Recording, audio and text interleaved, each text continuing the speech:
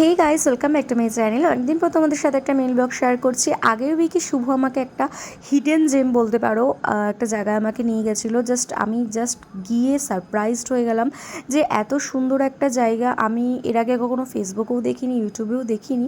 শুভ দেখে রেখেছিল, আমাকে বলেছিল অনেকদিন ধরেই যে আমাকে নিয়ে যাবে। হ্যাঁ, আমি চলে গেছিলাম রামানি ক্যাফে, যেটা ভিক্টোরিয়ার রাস্তার দিকেই, অনেকটা ভেতরে। এই জায়গা সম্বন্ধে অনেকেরই এখন অবধি জানা নেই, আবার কিছু কম বেশি ব্লগ দেখে সবাই যাচ্ছে।